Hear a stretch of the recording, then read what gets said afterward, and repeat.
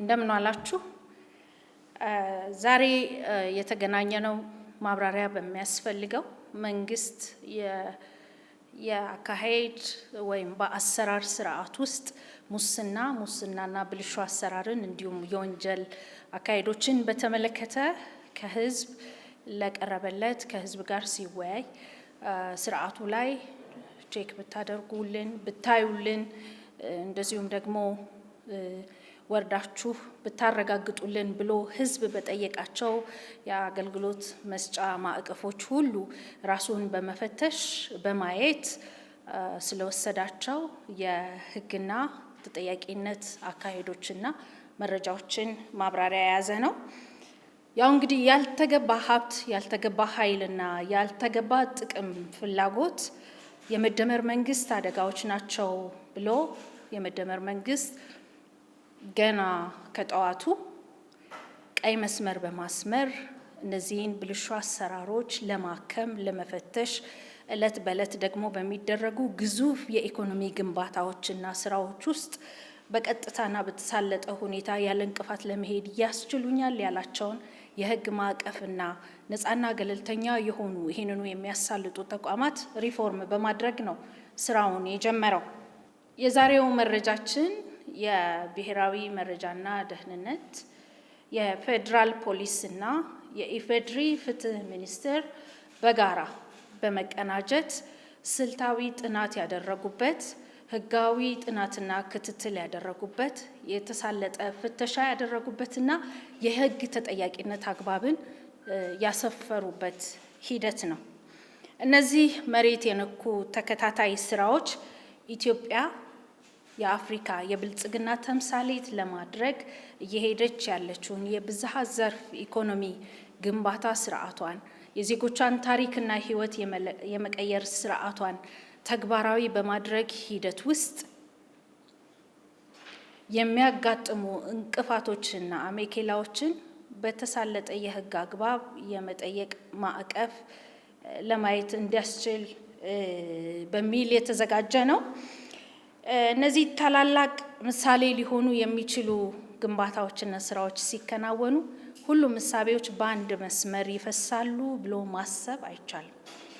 አንዳንድ ህገወጥነትን የመፈለግ በህገወጥነት የመክበር የመፈለግ እሳቤዎችና አዝማሚያዎች በስርዓቱ እድገትና ግዙፍ የኢኮኖሚ እንቅስቃሴ ውስጥ ሲተገበሩ ይታያል። ህብረተሰቡን ማስተያየት ይሰጣል። ከዚህ ተነስቶ በትልቁ የማክሮ ኢኮኖሚክ ሀገር በቀል ኢኮኖሚ ሪፎርም ማሻሻያው ላይ የተጋረጠ አደጋ ነው አንዱ። ይህ ማክሮ ኢኮኖሚ ሪፎርም ህጋዊ ሆኖ ውጤታማ ሆኖ ህብረተሰቡ ላይ የኢኮኖሚ ውጤታማነትን ሊያመጣ በሚችል ሁኔታ እንዳይተገበር ለማድረግ እሳቤዎች ብቅ ብለው ታይተዋል። እነዚህም በልማት ድርጅቶች፣ መንግስት ተቋማት ውስጥ ባሉ ኃላፊዎች፣ በግለሰቦችና በነጋዴዎች የታዩ ናቸው። በተለይም ህገወጥነትና የሙስናና ብልሹ አሰራር ተቀናጅቶ መረብ ለመጣል መሞከር፣ አሰራርን ገብቶ እንዳይሳለጥ በማጓተት ወይም ደግሞ በትክክለኛው መንግስትና ህብረተሰቡ ሊያገኝ የሚገባውን ጥቅም በመሰወር የተጋነነ ዋጋና የተጋነነ የኢኮኖሚ ጫና እንዲፈጠር በማድረግ ህብረተሰቡ ላይ ምሬትን መጫንና ህብረተሰቡን ማሳቀቅ እንዲጮህም ማድረግ ዓላማና ታሳቢ ያደረጉ ሂደቶች ናቸው። ከዚህ ተነስቶ አንደኛው እንደ ምሳሌ የምናየው በንግድ ስርዓቱ ላይ የሚታይ ነው። ኮንትሮባንድ ንግድ እንዲኖር ማድረግ፣ በተለይ መሰረታዊ የግብአት ወይም ህብረተሰቡ የሚጠቀማቸውን ሸቀጦች በህጋዊ መንገድ እንዲገቡ ከማድረግ ውጪ በኮንትሮባንድ እንዲገቡ የሚያደርግ ህገወጥነትን የሚያስፋፋ የንግድ ስርዓት እንዲመጣ ሙከራዎች የማድረግ፣ የተደራጀ ኢኮኖሚ አሻጥርን ማድረግ ናቸው። ለነዚህ ሰፊ ኦፕሬሽኖች ተካሂደዋል።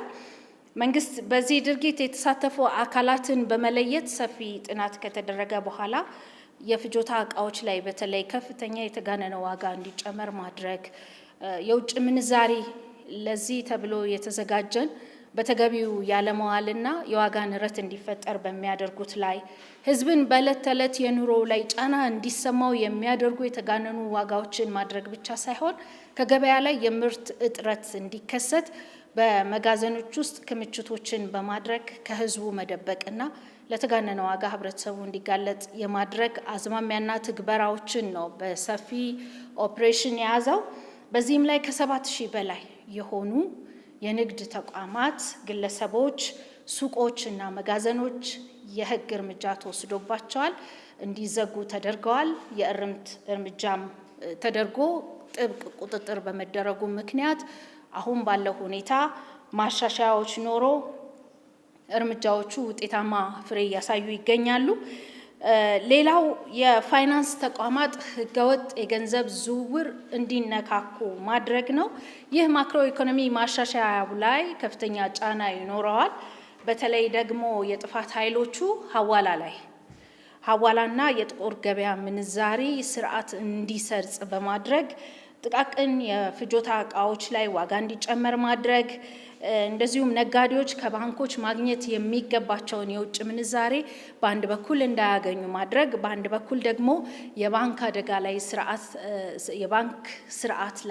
የባንክ የገንዘብ ልውውጥ ስርዓት ላይ ጫና ሊፈጥር የሚችልና መንግስት ማግኘት የሚገባውን የውጭ ምንዛሬ በቀጥታ ወደ ባንክ እንዲመጣ ያለማድረግ ያልተሳለጠ ነገር ግን እንቅፋት ሊሆን የሚችል የንግድ ስርዓትን ገበያው ላይ ማስፈን ነው። እዚህም ላይ በተሰራው ኦፕሬሽን በተለይ የውጭ ምንዛሬን በስውር በማንቀሳቀስና ጥቁር ገበያን በማስፋፋት ወደ 169 ግለሰቦችና በንግዱ ላይ የተሰማሩ ተቋማት በህግ አግባብ ተጠያቂ እንዲሆኑ ተደርገዋል። ሌላው የተደራጀ የሳይበር ኔትወርክን በመጠቀም ወንጀልን መፈጸም ነው። ይህም እንደዚሁ በፋይናንስ ተቋማት ላይ ለመተግበር የተሞከረባቸው ሁኔታዎች አሉ። ገንዘብ በመቀነስ ወይም በማጭበርበር ከግለሰቦች አካውንት ለመውሰድ መሞከር፣ እንደዚሁም ኤቲኤም ማሽኖች እንደዚሁ በማጭበርበር ለመውሰድ መሞከር፣ ክሪፕቶ ከረንሲ መተግበሪያዎችን እንደዚሁ ያለ ፈቃድ በኢትዮጵያ ውስጥ እንዲሰሩ በማድረግ ግለሰቦች አካውንት ላይ ጫና የፈጠሩ ተቋማት እንደዚሁ ያለ ፈቃድ ክሪፕቶ ከረንሲን እዚህ የተገበሩ ተቋማትም ጭምር በህግ አግባብ ተጠያቂ ተደርገዋል። ሌላው ሀገር በምትልካቸው ምርቶች ውስጥ በታማኝነት የሚሰጣቸው በገበያው ሂደት የሚያገኙትን የውጭ ምንዛሪ ገቢ በቀጥታ ወደ ሀገር ውስጥ ከማስገባት ይልቅ የማሸሽ ስራ ውስጥ የተጠመዱ አላግባብ ጥቅም የሚፈልጉ ነጋዴዎች ላይ የሚታይ ነው። ይህም ኢኮኖሚውን በትልቁ ይጎዳል። ስለዚህ እዚህም ላይ ሰፋፊ ኦፕሬሽኖች በመስራት ጥብቅ ተጠያቂነት እንዲሰፍን ተደርጓል። ሌላው ከኢኮኖሚ ጉዳቱ በላይ ማህበረሰባችን ላይ የማህበረሰባዊ ቀውስ በማምጣት ከፍተኛ አዝማሚያ ያሳየ የነበረው የቤቲንግ ቤቶች አዝማሚያ ነው። ይህ ያለ ፈቃድ ከብሔራዊ ሎተሪም ሆነ ከስፖርት ተቋማት ከንግድ ቢሮ ፈቃድ ሳያገኙ ቤቲንግ ቤቶችን ማከናወን ነው። ይህ እንደ መንግስት እና እንደ ማህበረሰባችን ላይ ከፍተኛ ቀውስ የሚያሳድር ለኢኮኖሚ መቃወስ የሚዳርግ እንቅስቃሴ ነው። እዚህም ላይ እንደዚሁ ከፈቃድ ውጪ መንቀሳቀሳቸው ብቻ ሳይሆን ያለውን ማህበረሰባዊና ኢኮኖሚያዊ ጫና በማየት ቤቶቹ እንዲዘጉና ህጋዊ እርምጃ እንዲወሰድባቸው የተደረጉ ናቸው። ፈቃድ ሳያወጡ በበየነ መረብ እንደዚሁ ህገወጥ ስራን ከነዚህ ቤቶች ጋር በማያያዝ ይሰሩ የነበሩ ተቋማትም እንዲዘጉና ህጋዊ ተጠያቂነት እንዲሰፍንባቸው ተደርጓል። እነዚህ አካላት እንግዲህ ህጋዊ ግብርን ወይም ህጋዊ ፈቃድን የመሸሽ አዝማሚያ ነው አንዱ በሀገር ኢኮኖሚ ላይ። ሁለተኛው ዜጎችን በከፍተኛ ደረጃ ከመበዝበዝ አልፈው ያልተገባ ስርዓት ልምምድን በማህበረሰባችን ላይ በማለማመድና በማስረጽ ጫናቸው ከፍተኛ ነው። ስለዚህ እዚህ ላይም እንደዚሁ ይሄው የተቀናጀ ግብረ ኃይል ጥናቶችን በማድረግ ከሀገር ኢኮኖሚና ከዜጎች ደህንነት ጋራ ያለውን ጫና በማየት ህጋዊ ተጠያቂነት እንዲሰፍን ተደርጓል። ሌላው እንግዲህ ውስብስብ የፋይናንስ ወንጀልን ለማስቆም መንግስት ባደረገው ጥብቅ ክትትል 36 ህገወጥ የቤቲንግ ድርጅቶችን እንዲዘጉ ተጠያቂም እንዲሆኑ ነው ያደረግነው። ከዚህ ሁሉ ባለፈ እንግዲህ በሀገራችን ኢኮኖሚ ውስጥ ከአምስቱ ብዝሃ ዘርፍ የኢኮኖሚ ፒላሮች ወይም ምሰሶች አንዱ የሆነው የማዕድን ዘርፉ ነው። የማዕድን ዘርፉ እያሳየ የመጣው የሀገር ውስጥ የውጭ ምንዛሪ እድገት የምታውቁት ነው በኢኮኖሚ ውስጥ። ከዚህ ባለፈ ይሄን ዘርፍ ለመጉዳት በሚችል መልኩ ህገወጥ በሆነ መልኩ የሚደረጉ እንቅስቃሴዎች ናቸው። የወርቅ ሽያጭና ወርቅ ላይ ያለው ህገወጥ ዝውውር ነው። እዚህ ላይ የሚታየው እንግዲህ ሀገራችን ትልቅ የውጭ ምንዛሪ የምታገኝበት ዘርፍ ቢሆንም ወርቅ በቀጥታ ወደ ብሔራዊ ባንክ መጥቶ ህጋዊ ልውጥ ከማድረግ ይልቅ ወደ ኮንትሮባንድ ንግድ እንዲገባ በማድረግ ይሄንን በማሳለጥ ከሀገር በማሸሽ ድለላ ውስጥ በመግባት ሀገር ማግኘት የሚገባትን ጥቅም እንድታጣ የሰሩ አካላት ናቸው። ይህንንም በተደራጀ የሀብት ምዝበራ ወንጀል ተጠያቂ በማድረግ አምራቾች፣ አዘዋዋሪዎች፣ ደላሎች ጨምሮ 138 ግለሰቦች በህግ ቁጥጥር ስር ውለዋል። በዚህም ምክንያት እዚህ ዘርፍ ላይ ያሉ እንቅፋቶችና ችግሮችን በበቂ ሁኔታ ትርጉም ባለው ሁኔታ እንዲሳለጥና ሂደቱም የተሳካ እንዲሆን ክትትል እየተደረገለት ይገኛል።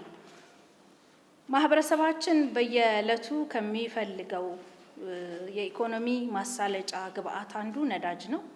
ነዳጅ ሀገራችን በግዙፍ የድጎማ በጀት ወደ ሀገራችን ታስገባለች። በትልቁ ድጎማ የሚደረግበት ምክንያት መላው ህብረተሰብ ኢኮኖሚካል ጫና እንዳይደርስበት ሊያደርግ የሚችል ድጋፍ ማድረግን ታሳቢ ያደረገ ነው። ይህም ሆኖ ግን በአቅርቦት፣ በሎጂስቲክስ ትስስር፣ በስርጭት እና በስምሪት ስብጥር በማድረግ ላልተገባ ጥቅም የማዋል አካሄዶች ታይተዋል። መረጃው ከዚህ ቀደም ሊኖራችሁ ይችላል። ነዳጅን በህገወጥ መንገድ አቋርጦ ከሀገር ውጪ እንዲወጣ የማሸሽ፣ ከነዳጅ ማከማቻ መጋዘኖች ውስጥ ነዳጅ እንዳይኖር በማድረግ ወይም ወደ ሌላ በማዟዟር ህብረተሰቡ ላይ እጥረት እንዲፈጠር ማድረግ፣ ከዛም ገበያ ላይ ከፍተኛ የሆነ ጭማሪ እንዲያሳይ ጫናና ቀውሱ ወደ ህብረተሰብ ምሬት እንዲሄድ የማድረግ የነዳጅ ስርጭት ኮታን እንደዚሁ ለግል ጥቅም ማዋል እየታዩ ብልሹ አሰራሮች ነበሩ።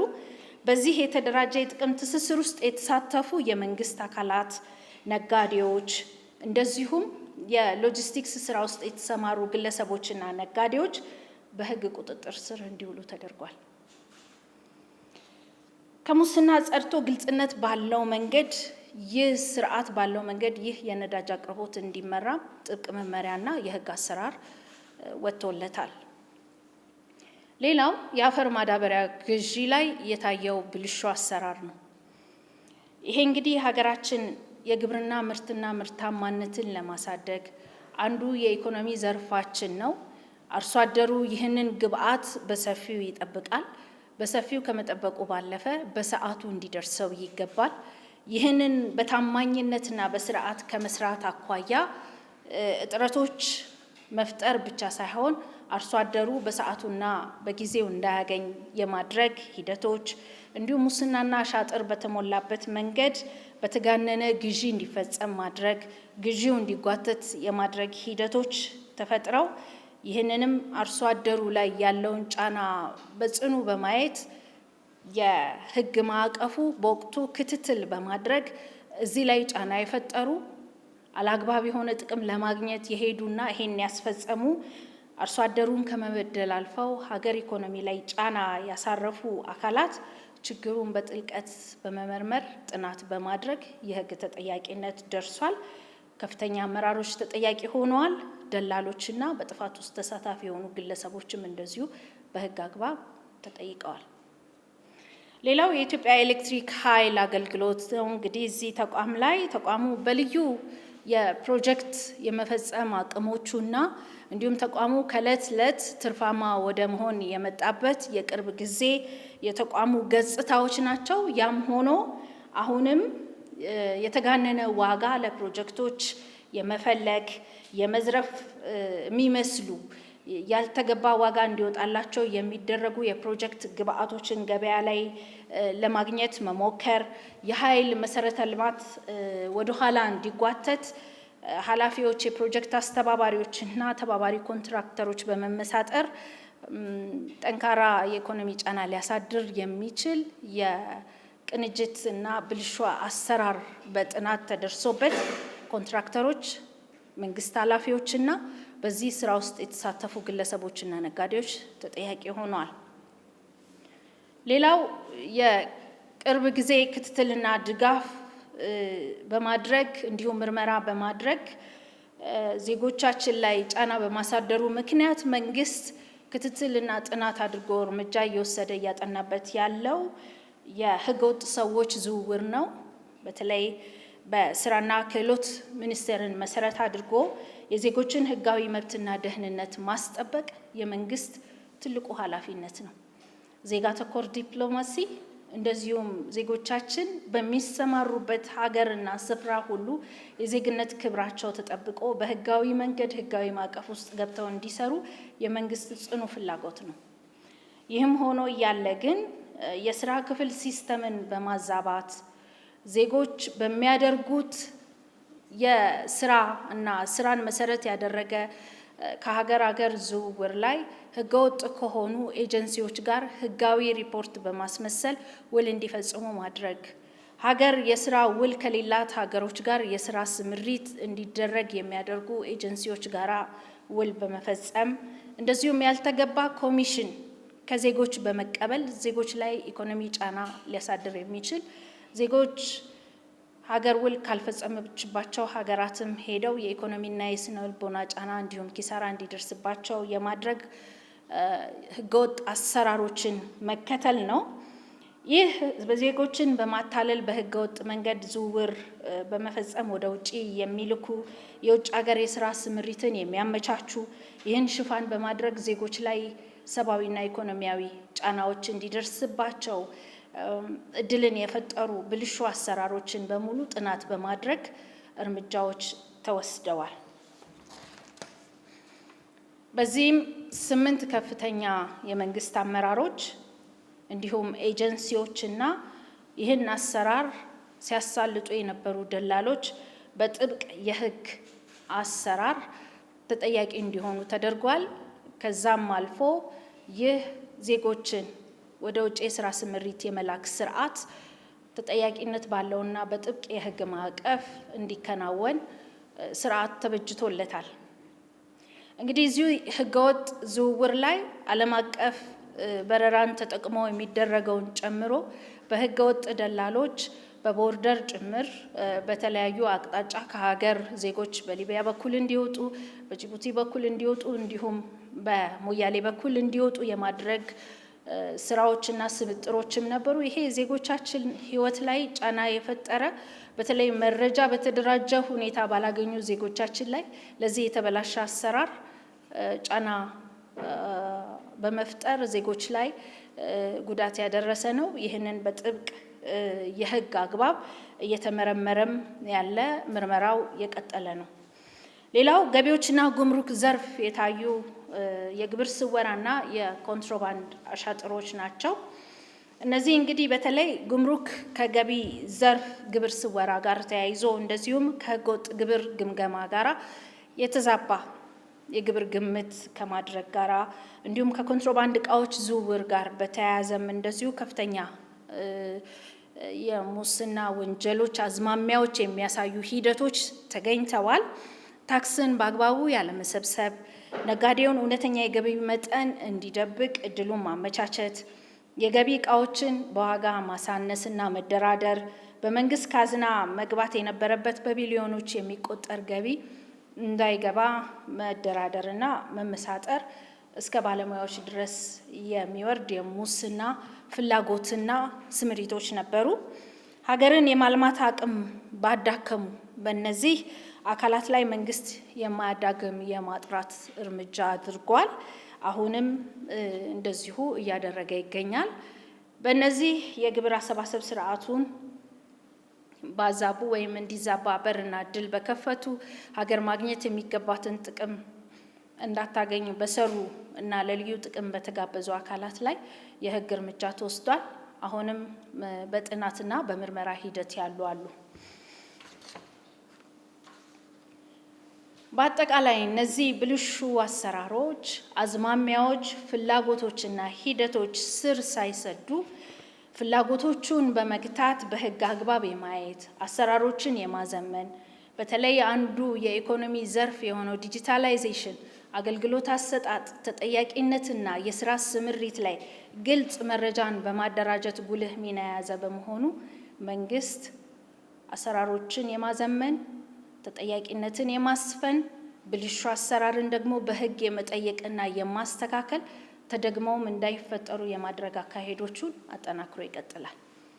ህብረተሰቡ ገና ከጅምሩ ስጋቱን ሲገልጽ እጅና ጓንት ሆኖ ከመንግስት ጋር ወደ መሬት በመውረድ የተጀመረው ይህ የፍተሻ፣ የምርመራ፣ የማጥራትና እርምጃ የመውሰድ ስራ ቀን በቀን የመደመር መንግስት ስራው አድርጎ የሚሄድበት ምክንያት ለህዝባችን የገባነው ቃልና ለአፍሪካና ለዓለም ህዝብ ያለን ወይም የሚጠበቅብን የስራ ኃላፊነት ያስገድዱናል።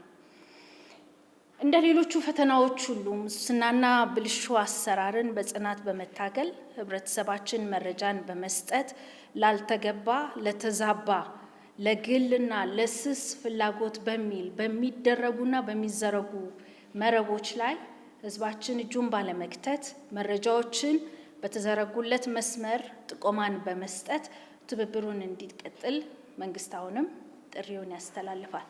ከዚህ በኋላም በሚፈጠሩ ብልሹ አሰራሮች፣ አዝማሚያዎች፣ ፍላጎቶችና ድርጊቶች ላይ በተደራጁት የጸጥታ የፍትህ ተቋሞቻችን የተቀናጀ ጸረ ሙስና ትግላችን ተጠናክሮ የሚቀጥል ይሆናል። አመሰግናለሁ።